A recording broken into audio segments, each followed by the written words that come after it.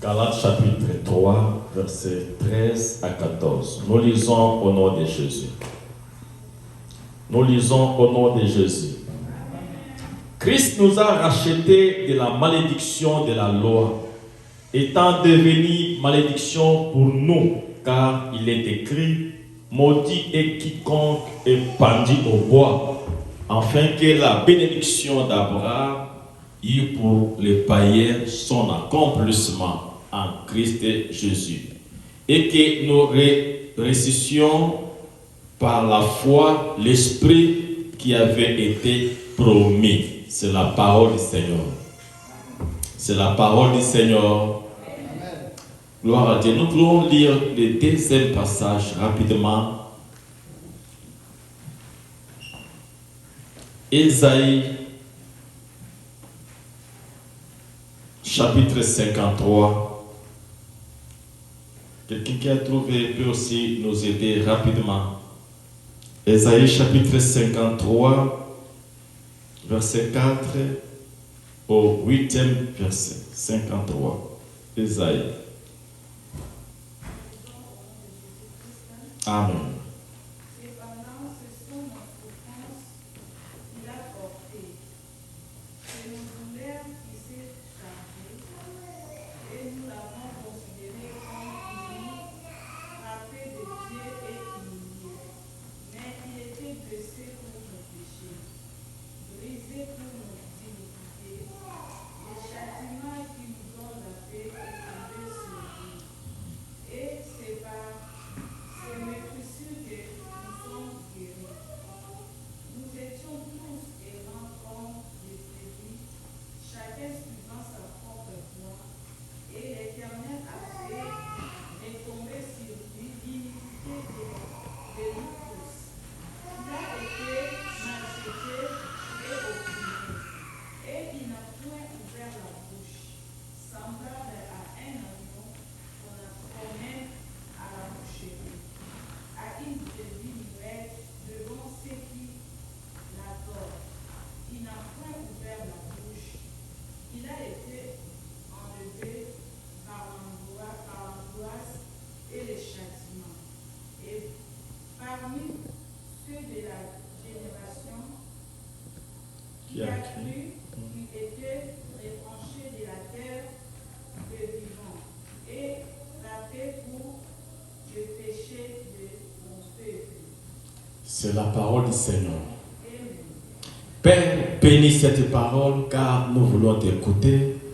Que le ciel s'ouvre, que tu puisses nous donner, Seigneur Dieu, la compréhension et que cette parole produise des fruits dans nos cœurs, dans nos vies, au nom de Jésus. Nous avons ainsi prié avec tout l'ensemble et nous disons Amen.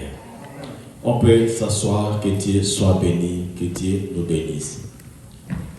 Nous voulons parler de la Pâque. Notre thème, nous avons dit, Jésus-Christ, notre Pâque, a été immolé. Là, quand nous voulons parler de Jésus qui est notre Pâque, c'est parce que dans la Pâque, il y a des éléments qui se sont passés et c'est Jésus qui est au centre de la Pâque et c'est lui qui est au centre de la vie de l'humanité. Et avant que nous puissions avancer, je veux d'abord que nous puissions avoir un peu l'idée de la Pâque parce que nous sommes dans une période de la Pâque. Nous devons avoir l'idée qu'est-ce que la Pâque. En réalité, le mot Pâque, nous pouvons en avoir deux. La première Pâque, c'est la Pâque sans S. Et cette Pâque sans S, c'est la Pâque juive. En hébreu, on appelle ça Pessach. En hébreu, c'est une fête juive qui commémore la sortie des enfants d'Israël en Égypte. Et ils étaient dans l'esclavagisme, mais par la puissance de Dieu à travers Moïse, ils sont sortis de l'Égypte pour aller dans la terre promise. Cette sortie-là, on a appelé ça la Pâque. Et dans cette Pâque-là, c'est une Pâque qui est une Pâque juive. Et C'est la Pâque qui n'a pas S. Quand tu vois la Pâque sans S, donc on parle de l'ancienne Pâque, la Pâque juive, qui est liée à la sortie des enfants d'Israël en Égypte. Et la seconde Pâque, c'est la Pâque que nous sommes en train de célébrer aujourd'hui, nous les chrétiens. C'est la Pâque qui a S, la Pâque avec S. Et cette Pâque, c'est la mort et la résurrection de Jésus-Christ pour racheter les enfants de Dieu. C'est là où tu peux juste avoir l'idée de la Pâque. Et la Pâque de Jésus, la Pâque chrétienne, c'est une Pâque qui est caractérisée par la passion. Quand on dit la passion, nous voyons la souffrance de Jésus. Il y a trois choses dans la Pâque chrétienne. Il y a la souffrance de Jésus, il y a la mort de Jésus et il y a sa résurrection. Et pourquoi tout ça? C'est parce que Jésus avait la mission de venir ici sur terre pour sauver l'humanité. Et dans la passion de Jésus, c'est là où parfois nous allons voir aujourd'hui, comme c'est le premier jour, on va encore plus parler de sa souffrance. Demain, on aura à parler sur la mort. Et les dimanches, nous parlerons sur la résurrection. Et quand nous parlons sur la souffrance de Jésus, Jésus est venu, il a fait son travail. Il a été né, il a fait son travail, il a connu des sérieux problèmes. Il a eu la mort et par la puissance de Dieu, il est ressuscité. Écoutez, quand nous parlons que Jésus-Christ est notre Pâque, c'est parce que dans la Pâque, que ce soit dans la Pâque juive, que ce soit dans la Pâque des chrétiens, il y a des éléments qui se répètent. Le premier élément, c'est le corps. Dans la Pâque juive, nous avons vu ça. Dieu avait ordonné à Moïse de rassembler tous les enfants d'Israël qui étaient en captivité, de leur dire comment ils devaient célébrer la Pâque pour sortir, de prendre un agneau et de tuer l'agneau, de manger la chair et de prendre les sangs et de mettre sur les linteaux, parce que quand l'ange de la mort va passer, quand il va trouver les sangs dans les linteaux de la maison, il va comprendre qu'ici, là, je ne peux pas entrer, je ne peux pas détruire parce que c'est un peuple de Dieu, un peuple qui est mis à part. Donc, on trouve des éléments, les corps et les sangs. Et même dans la Pâque que Jésus avait célébrée, il avait présenté son corps, le pain comme son corps et le vin comme son sang. Voilà pourquoi nous disons, c'est Jésus-Christ alors qui est notre Pâque. Ce n'est plus un agneau qu'on doit tuer et mettre les sangs sur les linteaux ou bien manger la chair. Mais maintenant, nous les chrétiens devons comprendre, c'est Jésus-Christ qui est notre Pâque. C'est Jésus-Christ qui est mort, qui est ressuscité, et c'est lui qui est notre sauveur. Et à travers son sang, nous sommes sauvés. À travers son corps qui a été brisé à notre faveur, nous sommes sauvés. Voilà pourquoi la Bible déclare Jésus-Christ, c'est lui qui est notre Pâque. Ce n'est plus alors les sangs de l'animal, des animaux, mais c'est Jésus qui est notre Pâque. Retenez des éléments qui se retrouvent dans les différentes Pâques, le corps et le sang. Gloire à Dieu. Il y a trois choses là, j'avais déjà dit ça, trois choses à comprendre dans la passion et dans la Pâque. Quand tout le monde célèbre la Pâque, il y a trois choses. La première chose, c'est la souffrance de Jésus. La deuxième, c'est sa mort. Et la troisième, c'est sa résurrection. Un élément important que nous devons retenir, bien-aimés chrétiens. Toute la vie de Jésus ici sur terre, ce n'était pas pour lui-même. Jésus n'a jamais vécu pour lui-même. Il était un missionnaire, un homme qui a vécu pour les autres. Donc, si nous parlons de la souffrance de Jésus, ce n'est pas pour lui-même. C'est pour moi, c'est pour toi. Et si nous parlons de sa mort et de sa résurrection, c'est toujours pour nous. Et retenez une chose, la valeur du christianisme a pris sa place dans la souffrance de Jésus, dans sa mort et dans sa résurrection. Pour dire que non, la souffrance et la mort de Christ et sa résurrection, C'est ça qui différencie le christianisme des autres religions. Il n'y a pas une religion où le leader a donné sa vie pour les membres. Non. Les gens sont nés, ils ont vécu leur vie, ils sont morts normalement. Parfois ils étaient malades, parfois ils ont vieilli. Mais c'est différent avec Jésus. Voilà pourquoi le christianisme en réalité n'est pas une religion, mais c'est une vie. Pourquoi? Parce que Jésus-Christ a donné sa vie pour nous. Et comme le christianisme prend sa place dans la souffrance de Jésus, dans sa mort et dans sa résurrection, un bon chrétien qui va reconnaître cette étape de la souffrance, de la mort et de la résurrection de Jésus, c'est un chrétien qui sera fort et qui va bénéficier de tout ce que Jésus avait fait sur la croix. Voilà pourquoi, même si dans ces pays, vous trouverez, il y a des églises où les gens vont à l'église le jour de la Pâque. Parce que pour eux, ils sentent que c'était un jour important parce qu'il y avait quelque chose qui s'était passé. Il y avait un homme qui avait donné sa vie pour les adeptes, pour les chrétiens. C'était Jésus-Christ. Quand il a donné sa vie, alors le christianisme a pris son sens réel.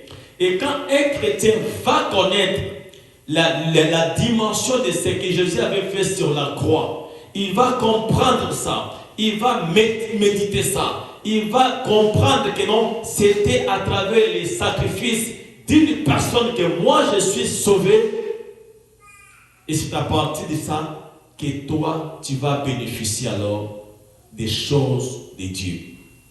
Mais si tu ne comprends pas les sacrifices qui ont été faits sur la croix pour toi, bien aimé, c'est difficile de bénéficier de la grâce de Dieu. Je disais, bien aimé, il faut comprendre que Jésus ne vivait pas pour lui-même. Il vivait pour nous. Il a souffert pour nous. Et il a fait tout ce que nous voyons, nous pouvons comprendre. Ce n'était pas pour lui-même, c'était pour nous. Je vais nous parler alors quelques éléments de la souffrance de Jésus. Et pourquoi il était dans la souffrance? Pourquoi Jésus avait accepté la souffrance? Pourquoi la souffrance de Jésus? Là où nous avions lu dans le livre d'Ésaïe chapitre 53, la Bible dit que non, il était un homme de douleur. Un homme qui était habitué aux douleurs. Je vais lire quelque chose là. Cependant, ce sont nos souffrances qu'il a portées.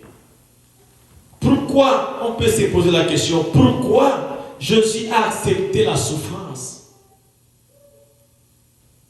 Pourquoi la souffrance de Jésus? Écoutez la réponse. Ce sont nos souffrances qu'il a portées.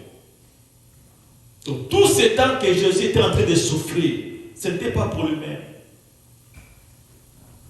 C'est nos souffrances qu'il avait portées, de nos douleurs. Il a porté nos souffrances. Il a porté nos douleurs. Il s'est chargé de nos péchés. Il a été frappé, indigné, humilié. Il était blessé. Il y a vraiment des verbes qui sont conjugués pour la souffrance de Jésus. Il y a beaucoup de verbes de souffrance. Jésus avait accepté l'humiliation. Il a été humilié.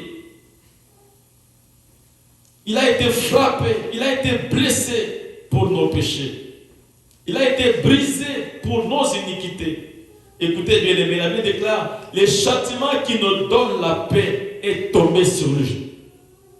Quand tu as la paix aujourd'hui, c'est parce que quelqu'un avait porté ta souffrance. Les coups qui devraient tomber sur ton corps, Jésus a dit non, donnez ça sur mon corps. Bien-aimés chrétiens, je veux que nous puissions analyser un peu la vie d'une personne qui a donné sa vie pour nous. Un jeune de 33 ans qui a accepté de donner sa vie, de mourir pour quelqu'un. Et ça sera plus mal quand quelqu'un est mort pour toi, mais tu ne reconnais pas qu'il était mort pour toi. Comment ça fait mal? C'est ça le grand problème aujourd'hui. Quand même dans nos sociétés, on te donne quelque chose, tu ne sais même pas dire merci. Et celui-là, il dit que non, cet homme, il m'a déçu, je lui ai donné quelque chose que j'ai reçu avec sacrifice, mais il ne m'a pas remercié. Écoutez, il y a des choses que nous pouvons abandonner. Parfois, tu peux négliger ça. Tu donnes quelque chose à quelqu'un, il ne te dit pas merci. Mais si tu regardes ce que Jésus a fait dans ta vie, tu vas dire que même si il ne me dit pas merci, je ne vais pas considérer ça. Parce que je sais ce que Jésus a fait pour moi. Les merci que je peux donner à ce Jésus-là, ça ne sera pas toujours considérable par rapport à ce qu'il a fait pour moi. Il a été frappé de Dieu, frappé, humilié, brisé pour nos péchés, brisé pour nos iniquités. Le châtiment qui nous donne la paix est tombé sur lui. Et la Bible déclare, c'est par ces meurtrissures que nous sommes guéris. Par ces plaies, par ces blessures que nous sommes guéris. Alléluia. Nous étions tous comme des brebis errants, chacun suivait sa propre voie, et l'Éternel a fait retomber sur lui l'iniquité de nous tous. Il a été maltraité. Il n'a point ouvert la bouche. Il était semblable à un agneau qu'on menait à la boucherie. Comme une brebis muette devant ceux qui tondent. Il n'a point ouvert la bouche. Il a été enlevé par l'angoisse et les châtiments. Et parmi ceux de sa génération qui a cru qu'il était retranché de la terre des vivants. Bien-aimés, ça ce sont des verbes qui sont conjugués pour montrer comment Jésus avait perdu sa vie, comment il avait souffert. Et la Bible déclare, sa souffrance n'était pas pour lui-même. Il n'avait pas été un brigand pour être frappé, mais il a accepté d'être frappé pour moi, pour toi. Afin que quiconque croit en lui se déplace de l'enfer pour la vie éternelle. C'est l'unique Fils de Dieu que Dieu a envoyé sur la terre pour sauver l'humanité. Qui peut faire ça? Tu n'as qu'un fils et on te demande ce fils-là, tu dis qu'il prenait. Ce n'était pas aussi facile pour Dieu de libérer son fils unique. Même ce n'était pas aussi facile pour lui-même, Jésus, d'accepter la mort. Parce que dans les jardins de Gethsémane, il avait tenté même à dire, Seigneur, si c'est possible, repousse cette coupe loin de moi. Pourquoi? Parce qu'il sentait que ce n'était pas aussi facile de donner sa vie. Pourquoi Jésus-Christ est passé dans la souffrance? Pourquoi? C'est pas pour moi, c'est pour toi. Il n'a jamais vécu pour lui-même. Il n'était pas mort pour lui-même. C'était un message. Il s'est laissé devant la croix parce qu'il savait, je vais donner ma vie pour sauver plusieurs. Comprenez une chose, bien-aimée, la question que nous avons, pourquoi la souffrance de Jésus? Pourquoi il avait accepté la souffrance? Voilà la réponse. Il a accepté la souffrance pour me sauver, pour te sauver. Il a pris ta charge. Il a pris tes péchés. Il a pris ta souffrance. Le châtiment qui devrait tomber sur toi est tombé sur lui. Il a pris tes iniquités. Il est devenu pécheur pour que tu sois justifié. Si les chrétiens ne comprennent pas l'œuvre que Jésus avait accomplie sur la croix, nous serons les plus malheureux parce que Dieu va nous demander cela.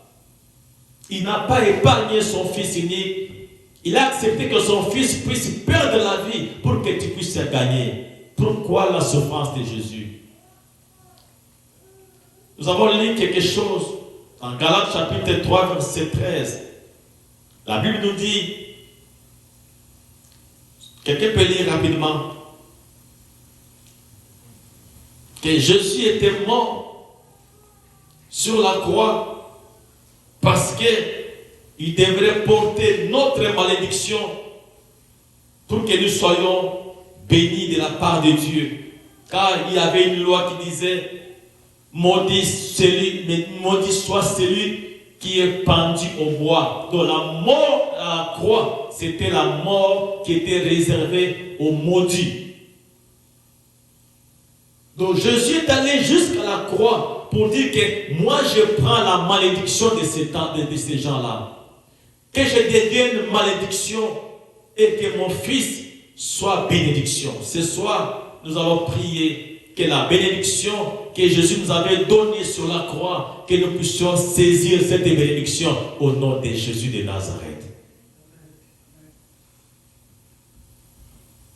Qu'il soit maudit celui qui est pendu au bois, celui qui est mort au bois, celui qui est mort sur la croix. C'était la mort qui était réservée aux maudits, aux gens qui étaient maudits. Jésus a voulu être maudit pour que nous soyons bénis. Et si aujourd'hui dans ta vie, il y a la sémence de la malédiction, dis-toi que ce n'est pas ta sémence, car quelqu'un déjà avait donné sa vie et il avait accepté de mourir sur la croix pour que nous soyons bénis et qu'il soit maudit. Jésus a été maudit pour que nous soyons bénis, bénis, bénis. Toi, tu es béni, toi qui as reçu Jésus dans ta vie, tu es béni au nom de Jésus de Nazareth. Tu ne peux plus parler de la malédiction. Si quelqu'un peut trouver ces versets pour confirmer, peut rapidement nous aider.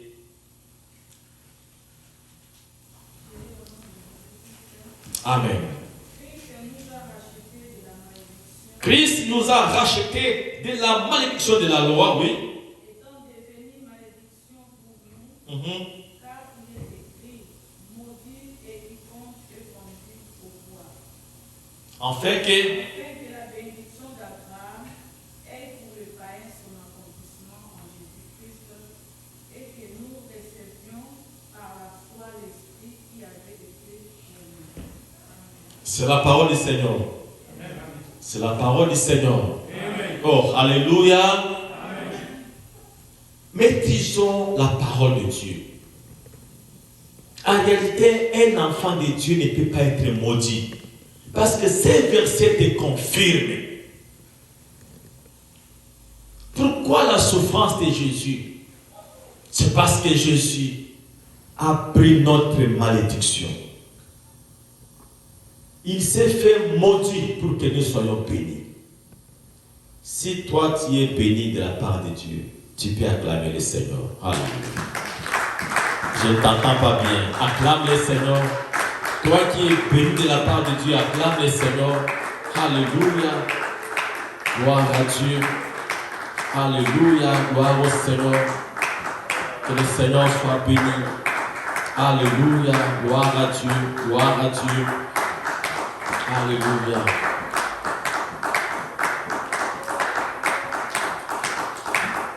Tu n'es plus maudit, tu es béni. La parole de Dieu déclare que tu es béni au nom de Jésus.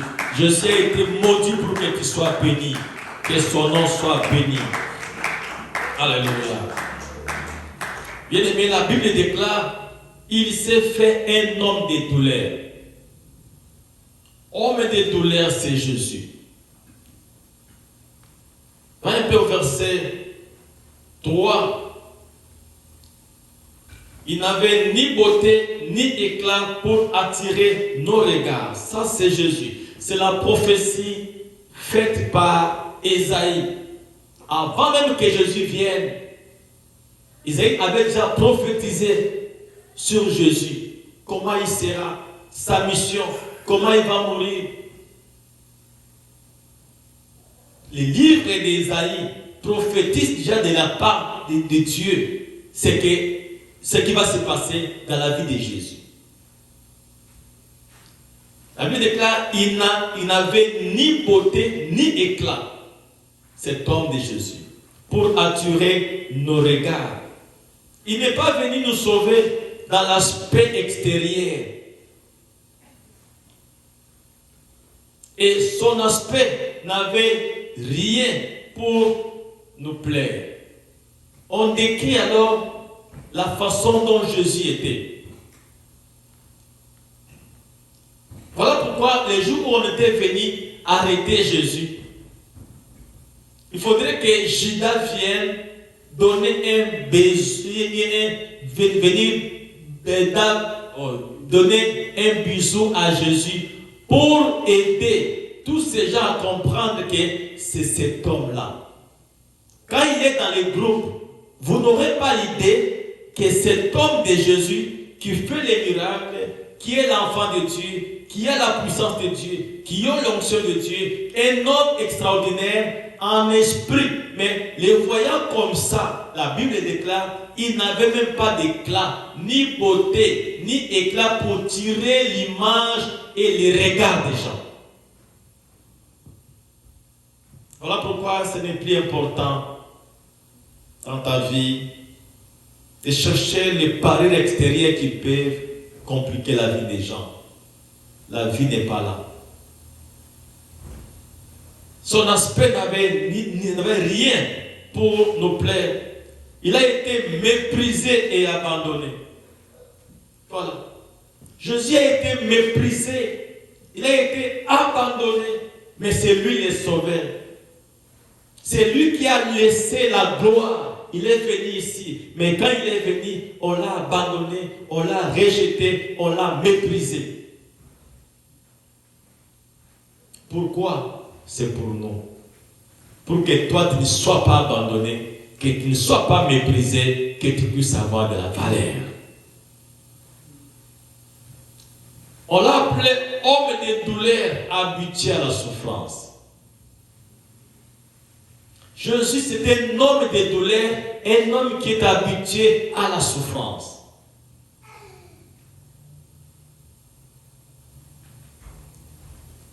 Semblable à celui dont on détourne le visage.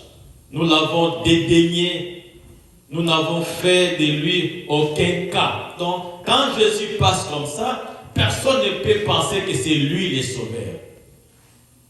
On a tourné les regards, ce n'est pas lui. On l'a dédaigné, c'est cet homme-là. Pourquoi tout ça? La Bible nous dit, Jésus a pris notre place. Tout ce que nous voyons, tous les verbes de souffrance qui sont vraiment conjugués dans la Bible, dans ces passages, c'est pour nous. Il a été brisé, méprisé, humilié, frappé, homme de douleur, homme de souffrance. Il a porté tout ça pour nous. Voilà pourquoi nous devons être reconnaissants que nous sommes les fruits des sacrifices de quelqu'un. Connaître Jésus, connaître Dieu comme ton Père, c'est le sacrifice de Jésus-Christ. Alléluia. Je vais parler rapidement de quelques événements qui se sont passés dans la souffrance de Jésus. Le premier événement, c'était la restauration de Jésus. Jésus savait que dans peu de jours, on va m'arrêter et je vais passer un moment difficile. Un jour, Judas est venu vers Jésus, mais il n'était pas aussi venu seul.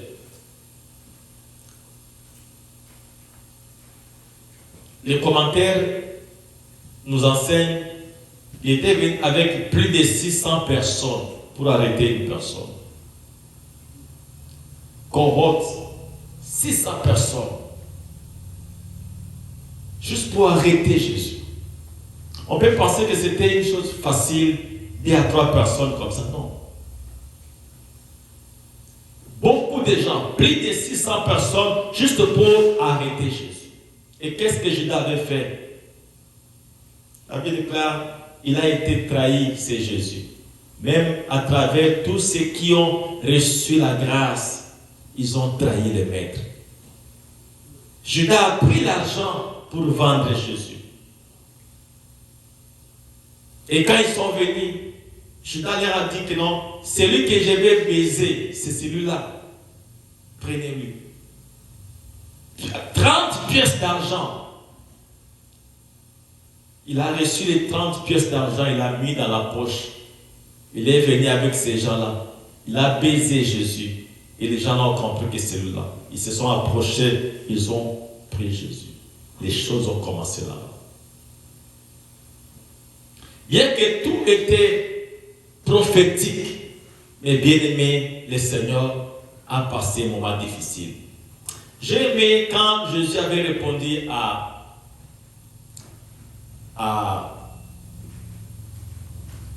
Judas. Quand Judas est venu, il est venu avec les ruses, avec l'hypocrisie. Qu'est-ce qu'il a dit? Il a vu, il a baisé le Seigneur d'abord. Il lui a dit comment ça va? Tout va bien? Il lui a baisé. C'était un signal de dire que c'est celui-là. Et Jésus savait que ça, celui-ci c'était un traître. Il a dit, monsieur, ne me pose pas beaucoup de questions là. Ce que tu veux faire, fais ça rapidement. Je connais. Qu'est-ce qu'il y a? Je connais. Il a dit, ce que tu veux faire, fais ça. N'allez ni à gauche ni à droite. N'allez pas faire des tournures inutiles. Les principaux et les anciens du peuple étaient là. Jésus a dit, mais mon ami, il a appelé mon ami, ce que tu veux faire, fais ça. Fais ça. N'allez ni à gauche ni à droite. Sois rapide, je sais ce que tu veux faire. On l'a pris Jésus, on l'a amené. Et tous les disciples ont fui. Les choses commencent par là. On a arrêté les maîtres et les disciples ont fui. Chacun à son coin. Ça, ce n'est plus notre affaire. On était ensemble. Ils peuvent avoir raison. Ce n'était pas facile. Quand j'étudie la Bible, je sens que même quand Pierre avait régné Jésus, si c'était toi et moi, ce n'était pas si facile d'accepter parce qu'il y avait des choses sérieuses. Quand nous disons ça comme ça, on trouve comme si c'est dans une minute les choses étaient passées. Non, c'était sérieux. C'était sérieux. Plus de 600 personnes. Et vous êtes là à 12. Qu'est-ce que vous allez faire? Quelle est cette force que vous aurez à vous défendre? Ils ont fui. La Bible déclare vraiment, ils ont pris fuite. On a amené Jésus devant les souverains sacrificateurs. À cette époque-là, c'était Caïphe. On a cherché des choses pour accentuer sa peine.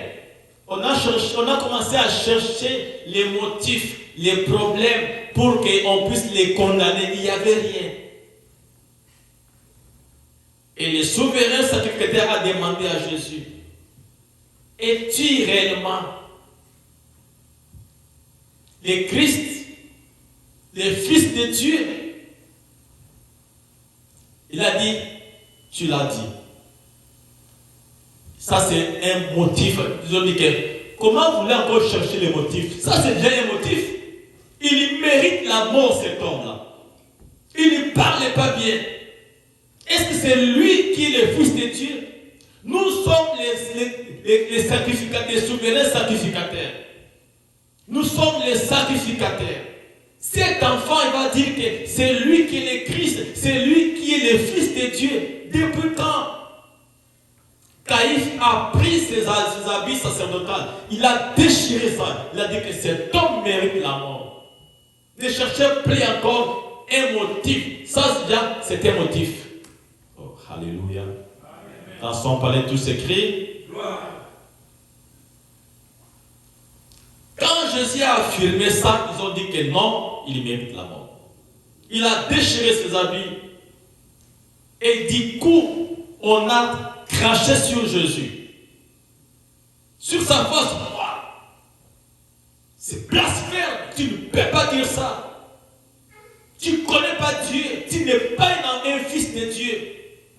Tu n'es pas venu du haut d'en haut. On a craché sur lui.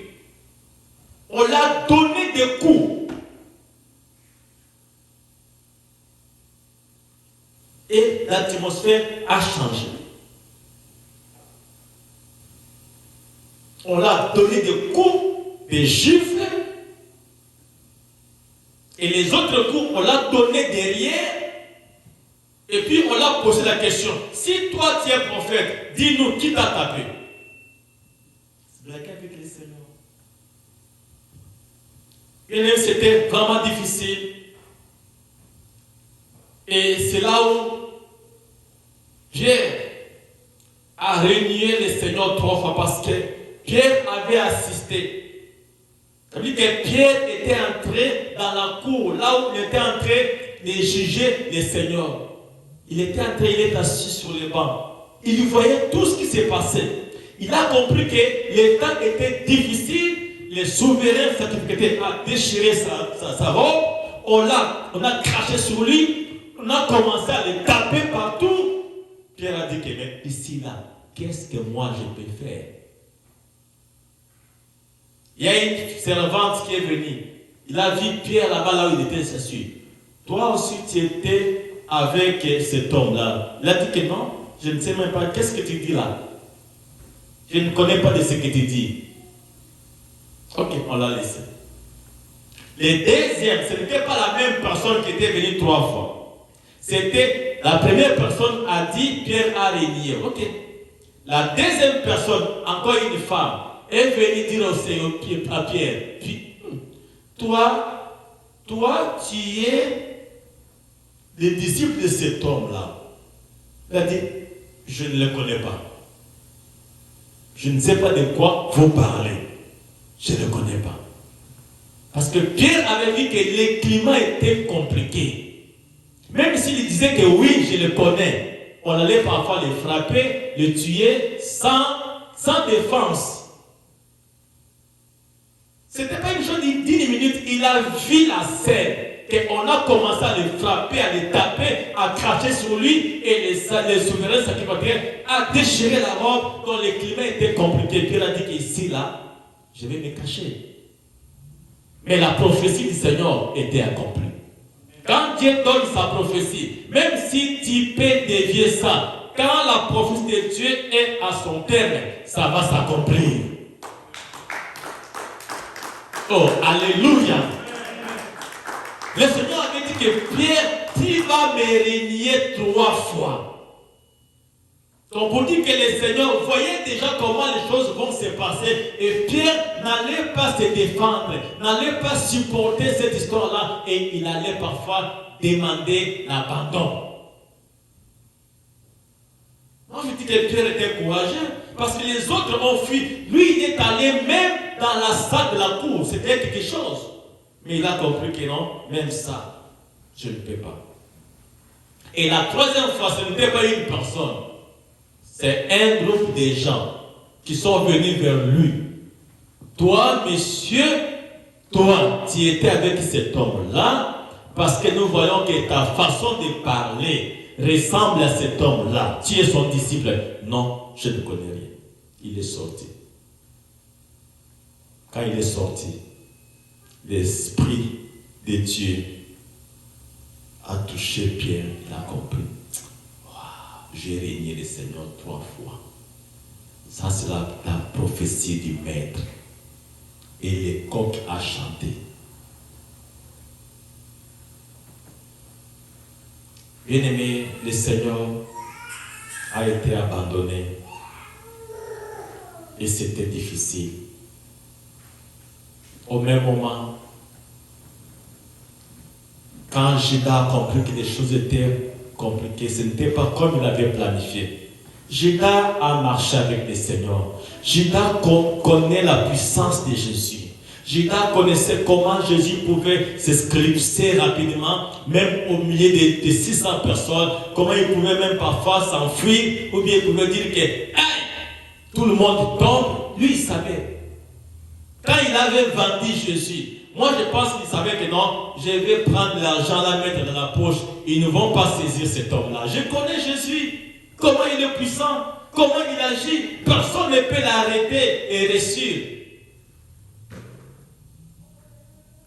Mais quand Judas a compris que non, ses calculs n'ont pas vraiment été exacts, on l'a arrêté, on l'a battu et on l'a condamné à mort. Il a dit, oh mon Dieu, j'avais pensé, quand je fais comme ça, il va s'esclipser, mais j'ai eu un problème. Il a dit, oh j'ai péché contre Dieu parce que j'ai vendu les sangs innocents. Il a compris qu'il a livré les sangs innocents. Même l'argent qu'il avait, ça n'a plus de la valeur. Il a compris que maintenant, c'est un problème. Je vais gagner l'argent, mais la culpabilité, j'ai livré un sang innocent. Cet homme, c'était un innocent.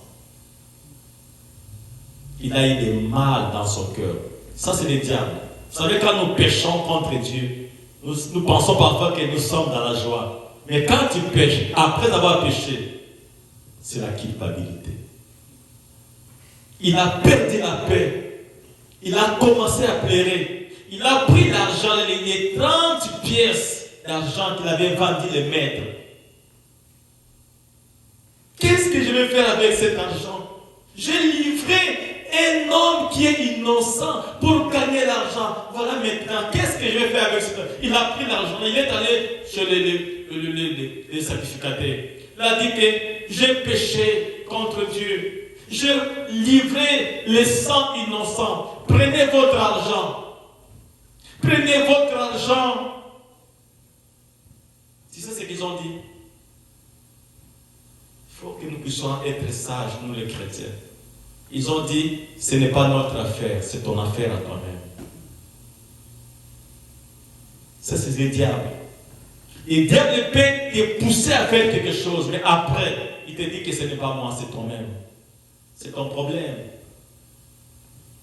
Ce ne sont pas les sacrificateurs qui se sont pendus, mais c'est Judas. Après avoir vendu les seigneurs, il a eu la culpabilité parce qu'il a mal fait, il a mal agi, il a livré le sang d'un innocent. Il a les mains des sangs. Il a l'argent des sangs. Il a pris l'argent là, il a jeté ça au temple. Comme vous ne voulez pas prendre l'argent, je jette ça là-bas. Il a jeté l'argent. C'est là où Judas, il est allé se pendre. Il a dit que ce que j'ai fait n'a pas de pardon. Mais je te dis, bien-aimé, il n'y a pas un péché qui ne peut pas être pardonné. Jésus était mort pour que nous soyons pardonnés. Je ne t'écoute pas. Jésus était mort pour nos péchés. Oh, alléluia. Il a donné sa vie pour nos péchés. Je prends l'exemple de 2 personnes qui ont commis des sérieux problèmes à la souffrance de Jésus. Pierre qui a régné Jésus et Judas qui a vendu Jésus. Mais Pierre s'est ressaisi par le pardon. Pierre a reconnu son péché. Et voilà pourquoi Pierre a été récupéré par le Seigneur. Mais Judas avait un cœur dur. C'est l'image des 2 chrétiens. Un chrétien qui est humble devant le péché, il s'humilie pour demander pardon à Dieu.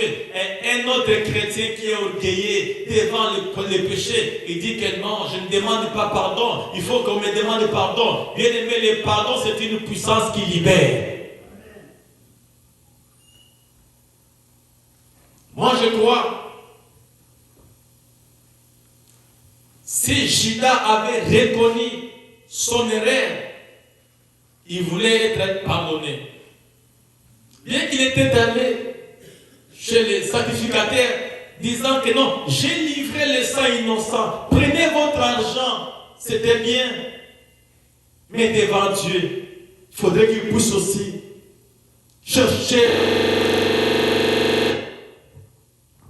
la paix avec Dieu. Et je pense que Dieu allait parfois me pardonner. Alléluia.